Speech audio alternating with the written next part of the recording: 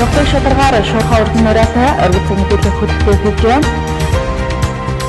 Яагаад одоо файл үрхэн миний функшнууд зөвлөх ажлыг одоо хийж байгаа. Ордны таймаас ухамсаргүй үйлдэлээс олж та яг энэ хавийн айдагууд бол хаварч байна гэдэг.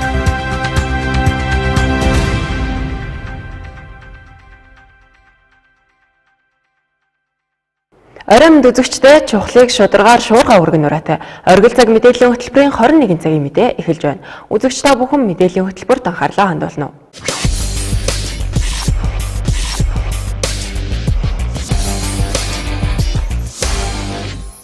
Дорнод аймгийн Зүүн Баянгийн цэргийн ангид алба хааж байгаад амиа алдсан цэргийг хөдөөлүүлэх ажил өнөөдөр болсон. Харин тус харамсалтай явдалтай холбоотойгоор Орхон аймгийн иргэдийн төлөөлөгчдийн хурлын тэргүүлэгчид хуралдаж талигаачин ар гэрээхэнд 10 сая төгрөгийн дэмжлэгийг үзүүлэхээр боллоо. Тэргүүлэгчдийн хурлаар талигаачин амирцсан учир шалтгааныг хууль хяналтын байгууллага шалгаж шийдвэрлэнэ. Аймгийн засаг дарга иргэдийн төлөөлөгчдийн хурлын байгууллага цэргийн штабын хувьд аймаг орон нутгаас цэргийн албанд татагдсан цэргүүдийн эцэг их гэр бүлийнхний захиа илгээмжийг авч хүргэн за нэг биш удаа эргэлт хийж цэргүүддээ санаа тавьсаар ирсэн талаар дуулгаж байлаа. За хамгийн сүүлд гэхэд оны өмнөхөн Зүүн Баянд цэргүүдтэйгээ аймгийн засаг дарга за мөн аймгийн иргэдийн төлөөлөгчдийн хурлын байгууллагын дарга уулзсан гэж мэдгдлээ. Тиймээс энэ харамсалтай явдалд гүнийг харамсаж түүний гэр бүлийнхэнд эмгэнэл илэрхийлэн за гэр бүлийнхэнд нь 10 сая төгрөгийн дэмжлэг олгох саналыг за аймгийн засаг даргын зүгээс тэргүүлэгчдийн хурлаар гаргасан юм а. За энэ хүү саналыг аймгийн иргэдийн төлөөлөгчдийн хурлын байгууллагын тэргүүлэгчид дэмжлээ. Зүүн Баянгийн 334 дугаар ангид алба хааж ирсэн юм байна. Энийг бол одоо бас хууль хяналтын байгууллагуудад тодорхой хэмжээнд шалгаж, тодорхой хэмжээний арга хэмжээ бас авч байгаа гэдгийг бас хэлхэн зүйтэй байна. Монгол Улсын ерөнхий сайд хүрэлцэх цагдаагийн одоо байгууллагын удирдлагуудтай уулзахдаа энэ хэргийг одоо бас дахин шалгах талаар тодорхой чиглэл үүрэг өгсөний дагуу задлан шинжилгээний баг Улаанбаатартаас хүрэлцсэн гэж дахин одоо задлан шинжилгээ хийсэн байна. За эндээс бас тодорхой бас тэр хууль хяналтын байгууллагын шалгах үйл явцад тодорхой үр дүн гарсан тийм зүйл болох байх гэж одоо бид хүн бас харж хүлээж байгаа. Тэгээд бид хүн бас төрийн одоо зүгээс энэ асуудалд бас тодорхой хэмжээгээр анхаарах зүйтэй. Засаг дарга өөрөө бүр харин Зүүн Баян яваад ингээд эргээд ар гэрээхнийх нь илгээмжийг аваач өгөөд мэдчилгээг нь зургийг буцааж авчирч өгөөд яг тэр айлт хэд шиг яг урд өдөр нь манай юу очсон юм бэл шүү дээ. Цэргийн штабынхаа очоод энд нөгөө концерт үзээрэй гэдэг ингээд ээжд нөгөө баярлаа гэдэг. Тэгэхээр гол нь бас ар гэрээхэнд нь бид нар зүгээр одоо ээж нь хоёулаа хоёр амбулт хэлсэн үг шүү дээ. Тэр чинь нөгөө хоёр ахын тустай амьдарч байгаа. Тэгэхээр ээжт нь бас энэ цаг үеийн асуудлаар ярилцаад ар гэрт нь дэмжлэг үзүүлэх зүйтэй юм аа. Бид нар мэдээж босгоод ирэхгүй шүү дээ. Энийг ямар нэгэн одоо төрийн юм уу буруу мөрөө тэрний асуудлыг бид нэр ярихгүй тэр хуулийнхаа дагуу явна. Ганцхан одоо тэр аргэрт нь бол нийт аймгийн удирдлагын зүгээс эмгэлэл илэрхийлж засаг дарга очсон өчигдөр. Энэ асуудлаар жоохон дэмжлэг үзүүлэх асуудлаар ярилцъя гэж ярилтаа тэргүүлэгчтэй зөвлөв. Зээнхүү засаг даргын нөөц сангаас 10 сая төгрөгийг түүний гэр бүлийнхэнд дэмжлэг болгон олгохоор болсон юм а. Талигаачин амь эрсдсэн хэргийн талаар холбогдох хууль хяналтын шалгалтыг үргэлжлүүлж байгаа юм а. Өнөөдөр уламжлал ясаар Орхон аймгийн засаг даргын шуурхай хуралдаан боллоо. За хуралдааны үеэр хилтэс агентлагуудад сар шинийн баяртай холбоотойгоор аюулгүй бэлэн байдлыг хангах за мөн 5 эрдэнэ худалдааны төв чиглэлд нийтийн тээврийн түр маршрут гаргах за махны ил задгаа худалдааг зэгцэлхийг өөргөдлөө.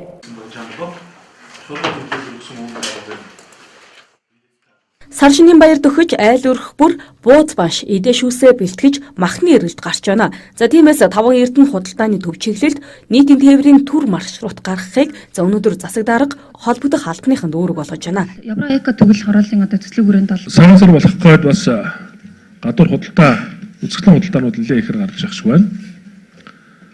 Бас худалдааны гудамж дээр нэлээд ачаал үүсэж байгаа. Гэхдээ худалдааны гудамж дээр бол мах өдөө аж ахуйн бүтээгдэхүүн борлуулах боломжгүй юм аа. Боломжгүй. Энийг бол одоо бид нар хориглоно. Энэ дээр бас манай мэдээллийн хяналтын байгууллагууд сумууд одоо тодорхой үүрэг чиглэл аваад ажиллаж байгаа. Тэгэхээр очиргал дарга цагаан сар хүртэлх хугацаанд 5 эрдэнэ зах руу түр маршрут гарах асуудлыг судлаж шийдвэрлэнэ. Нийтийн тээврийн үйлчлэх гэсэн үг.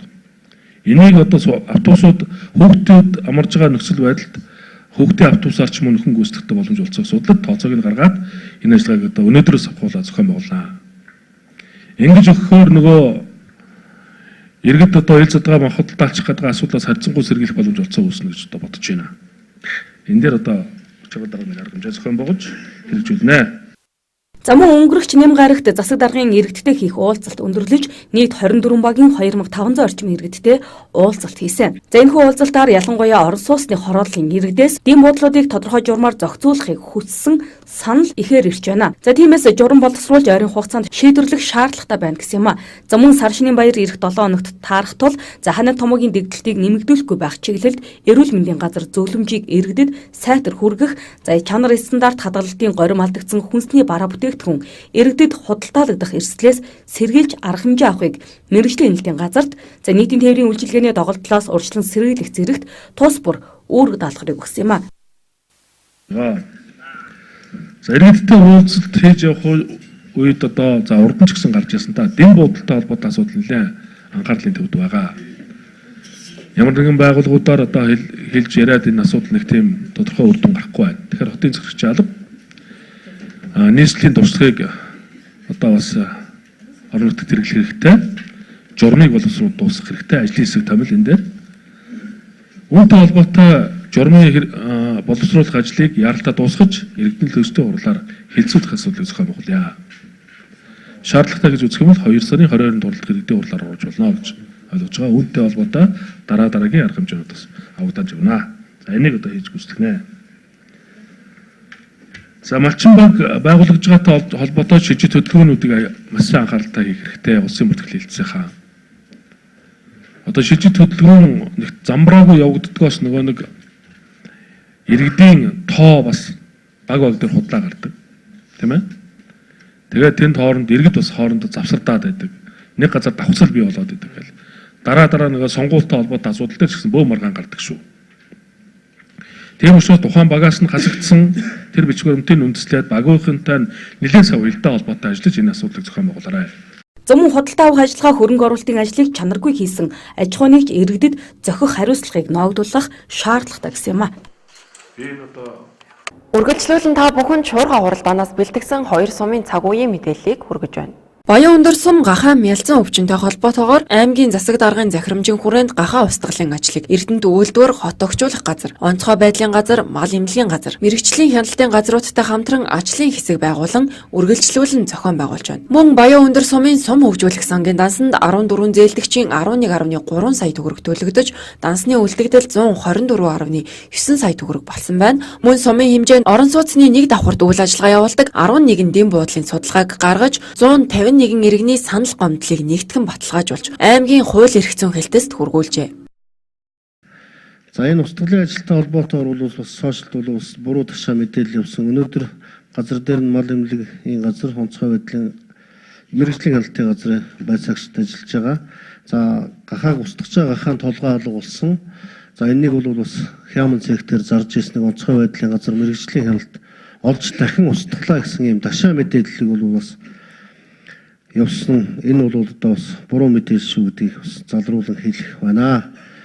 За аймгийн засаг даргын уулзалт бол одоо бас 21 багуудаар явж хийгдэж дууссан. За энэ бол манай багийн ажлын алба зохион байгуулалт сайт оролцлоо.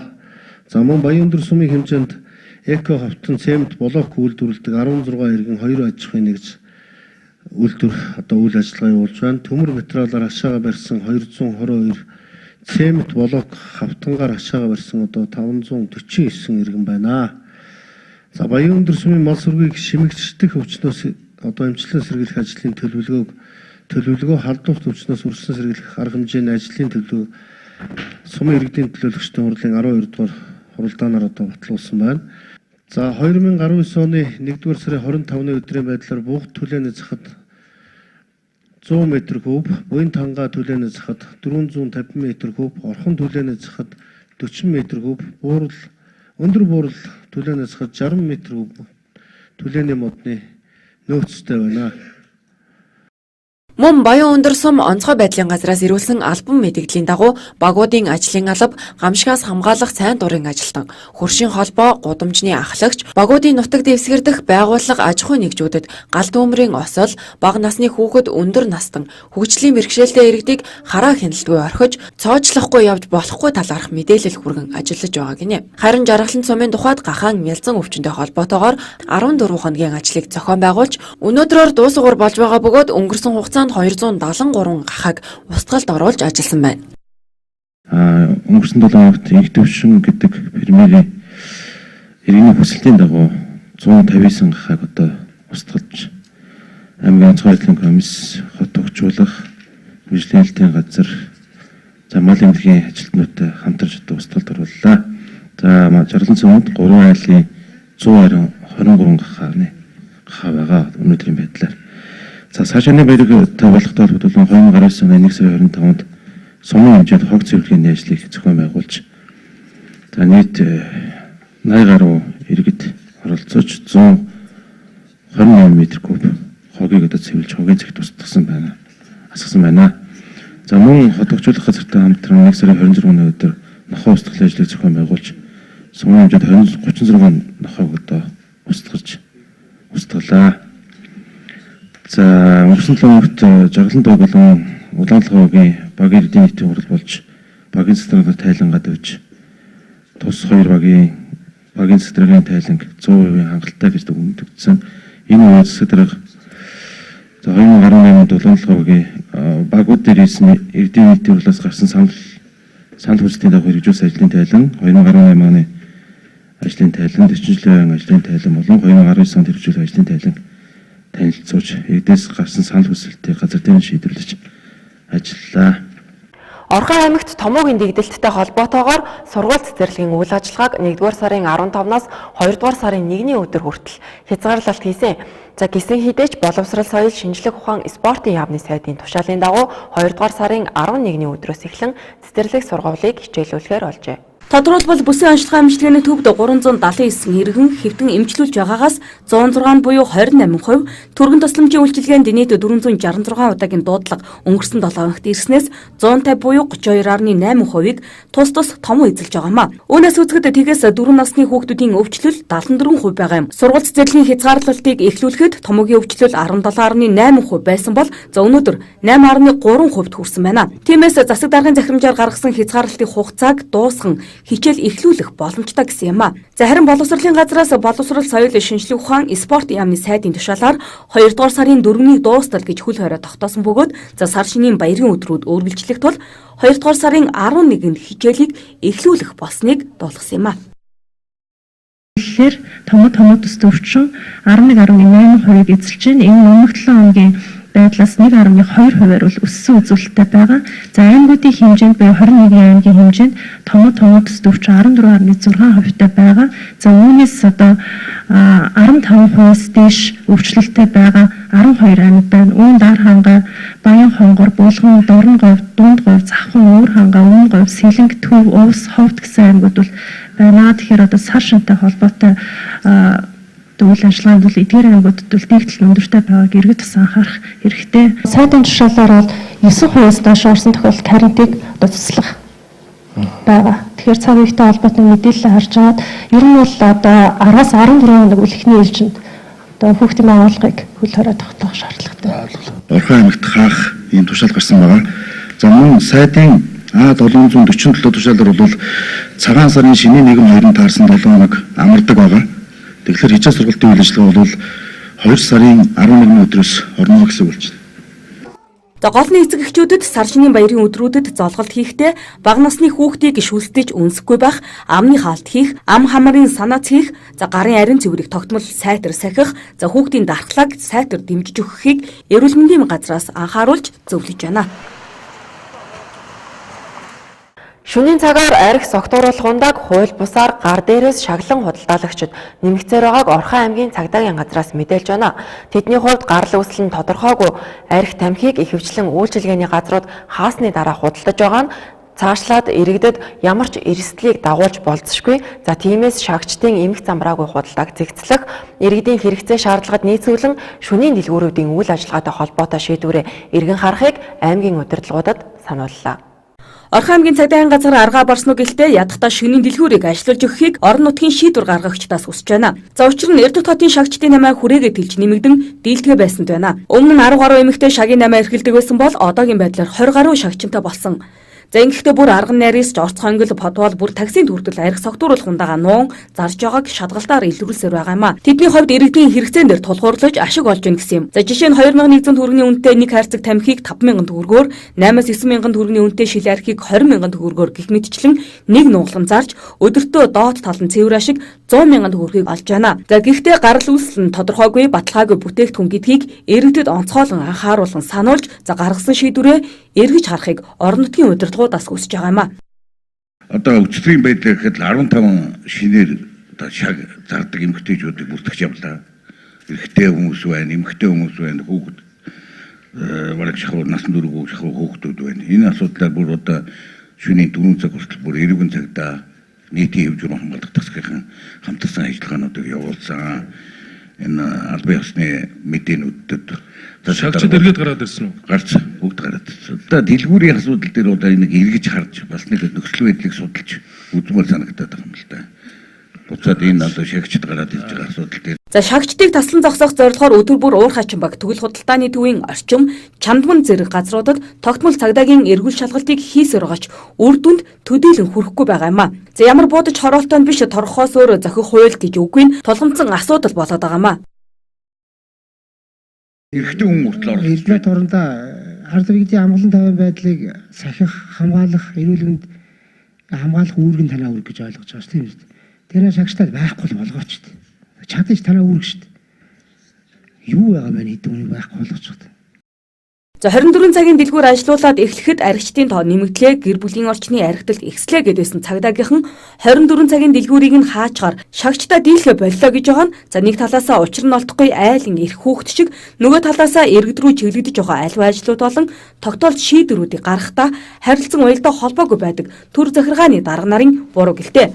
Эргэж бутсан иргэдийн сэтгэлгээгээр тоглосон төрийнхэн хэдий болтол ингэж буруу бусдад тогсоор өнгөрөх вэ. 40 гаруй жилийн түүхтэй отгон бэлгийн нэрэмжит технологийн сургууль 20 дахь удаагийн Эрдмийн баяраа тэмдэглэн өнгөрүүллээ. Төгсөлтийн үеэр тус сургуулийн 4 шилдэг төгсөгч Эрдэнэт үйлдвэрт ажиллах батламжаа гардаа авсан юм. Тэртээ 1975 онд сургалтын төв нэртэйгээр байгуулагдаж байсан 44 жилийн түүхтэй. Эрдэнэт үйлдвэрийн харьяа отгон бэлгийн нэрэмжит технологийн сургууль их сургууль болж өргөжөн бакалаврын зэрэг олгож эхэлснээс хойш 20 дахь удаагийн Эрдмийн баяраа тэмдэглэлээ. Магистрийн ангийн оюутнууд ч мөн энэ өдөр төгсөж байгаа бөгөөд технологийн сургуулийн хувьд бизнесийн агсан түвшний сургууль, хүмүүнлэгийн ухааны их сургуультай хамтран 9 дахь жилдээ магистр бэлтгэж байгаа юм. Харин энэ жилийн магистрийн төгсөлт зөвхөн бизнесийн агсан түвшний сургуультай хамтарсан анхны төгсөлт гэдгээрээ онцлог болж байгаа юм. Магистрийн зэргийг одоогийн байдлаар хөтөлбөрийн аюулгүй байдал, үйлдвэрлэлийн менежмент, төрийн захиргаа, санхүү эдийн засаг, хүний нөөц гэсэн 5 мэргэжлэр бэлтгэж байна. Манай сургууль бакалаврын зэрэгтэй болсон учраас одоо бэлтгэж эхэлснээс хойш 20 дахь төгсөлт болж байна. Энэгээр онцлог болж байна. Тэгээ бас сая бизнесийн агсан түвшний сургууль маань өөрөө шүтээсийн 9 дахь бүрэлдэхүүн сургууль болсны одоо анхны төсөлт болж байна. Энэгээр онцлогийн төсөлт болж байна. Нийт бакалаврын 42 оюутан, магистрийн 36 оюутан төгслөө. За манай сургуулийн нэг онцлог болвол манай сургуулийг бакалаврын 3.2 голч түнтэй төгссөн оюутан бүрийг Эрдэнэт үйлдвэрт одоо ажилд авах тийм батламжаар урамшуулдаг, тийм ээ, шагнадаг байгаа, батламж олгодог. Тэгэхээр энэгээр бол маш онцлогтой. Манай сургуульд ороод 3.2 ба түүнээс дээш голч түнтэй төгсвөл одоо баталгаатай ажлын байртай болно гэсэн үг. За Монгол улсын шинжилгээ ухааны технологийн их сургууль, мөн отгон бэлтгэл акцнаар нэрмжилсэн орны технологийн их сургууль хамтраад нийт 16 жил болж байгаа. Өөрөөр хэлбэл 16 жил Эрдэнэтийн технологийн их сургуулийг түшиглэн магистрийн зэрэг олгож байна гэсэн үг. За энэ удаа бол их онцлогтой жил болж байгаа. Юу вэ гэх юм бол урд нь шинжилгээ ухааны технологийн их сургуулийн бизнес удирдлага хүмүүнлэгийн сургуулийн дипломыг магистрийн зэрэг олгодог байсан бол энэ жилээс эхлэн шинжилгээ ухааны технологийн их сургуулийн 9 дахь бүрэлдэхүүн сургууль болсон бизнесийн агсан түвшний их сургуулийн дипломыг олгож байгаагаар энэ жил их онцлогтой болж байгаа лээ. Мөн сүүлийн жилүүдэд технологийн сургуулийн 3.2-оос дээш голч дүнтэй төгсөгчдүүд Эрдэнэт үйлдвэрт ажиллах батламжийг гардуулдаг. Тэгвэл энэ жилийн хувьд дээрх болцлыг хангасан 4 оюутан төгсөж байгаа бөгөөд төгсөлтийн үеэр тэдний Эрдэнэт үйлдвэрт ажиллах эрхийн батламжийг гардууллаа. За мэдээч туйлын их баяртай байна. За 4 жилийн хугацаанд энэхүү батламжийг авахын төлөө маш их хичээж ирсэн. За бас сурлага ганц сурлага гэлтгүй бусад зүйлээрээ өөрийгөө хөгжүүлж олон төрлийн тэмцээн уралдаан, урлаг спортоор өөрийгөө хөгжүүлж явсны үр дүнд бас тэргүүний оюутан боллоо. Түүндээ маш их баяртай байна. 4 жилийн хичээсний маань үр дүн энд гарч байна. Маш их баяртай. За юуны өмнө энд хуран цугларсан энэ өдрийн мэндийг хүргэе. За тэгээд шагдрын алхам бэлгийн нэрмжиг технологийн сургуулийг төгсөж байгаадаа маш их баярлж байна. Сургуулаараа маш их бахархаж байна. Тэгээд найзууд болон эрдэмтэн багш нар гэр бүлийнхэндээ бүгдээр нь баярлалаа гэж хэлье. Тусал тэмцэн бүх хүмүүстээ баярлалаа. Ер нь эрдэмтэн зэрэг гурилан гэдэг бол нэг хүн болгоны тийм хүсээд чадаад идэг бол зүйл биш. Тэгээд үнэхээр энэ хүндрэлд хүрэхэд тусал тэмцэн бүх ангийнхан багш нар найз нөхөдөө бүгдэнд нь баярлалаа. Ер нь залуу ирээдүйн улс орны хөгжил дэвшил бид нэр залуу болгосон хүчин учраас ер нь урагшаа нэг алхам алхаж байгаад үнэхээр туйл их баяртай байна. Тэгээд эх орныхоо төлөө их зүйлийг бүтээнэ. Гэж бүтээнэ л гэж хэлээд байгаа. Магистрийн дипломоо авлаа өнөөдөр үйлдвэрлэлийн менежменттэй яг автомобилийн технологийн сургуульд ингээс суралцсанаар бас энэ сургууль нь их гой боломж олгодог. Эрдэнэт үйлдвэрийн ажилчид тэр болон хот орж сурч чадахгүй оюутнууд энэ дээр ингээ оройгоор сураад тэгээд одоо магистрийн дипломыг өөрсдөө авч байгаа. Аюу бас том боломж олгож байгаа. Тэгээд ингээд төгсөөд дипломоо ингээд авчаа байж байгаа бас баяртай байна. Эрдэнэт үйлдвэрийн харьяа отхон бэлгийн нэрмжит технологийн сургуулийн төгсөгчд нь Монгол орны уул уурхай бүтээн байгуулалтад оролцож эх орныхоо өнцөг булан бүрт өөрсдийн салбартаа манлайлж байна. Эрдэнэт үйлдвэрийн 40 жилийн түүхэнд уул уурхайн үндэсний боловсон хүчин, мэрэгчсэн инженер, техникийн ажилтан, эрдэмтэн, доктор зэрэг нь энэ сургуулиас төрөн гарч технологийн сургуулийн хамт олон шавхагдшгүй баялаг бүтээлцэж яваа юм.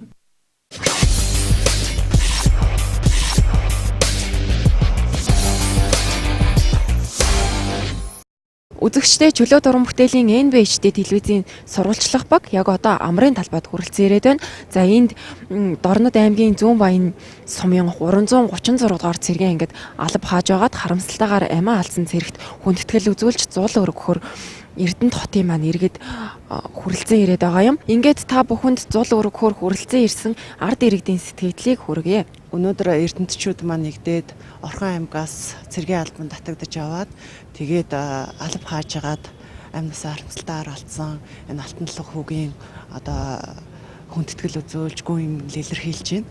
Тэгээд энэ цуглаан болол мэдээж одоо үсэт байгаа нөхцөл байдалд маш их эмзэглэж байгаа. За дээрэс нь энэ одоо үсэт байгаа нөхцөл байдлыг өөрчлөе гэсэн ийм иргэдийн одоо санал санаачлах те нэгдэж байгаа ийм зүйл байгаа.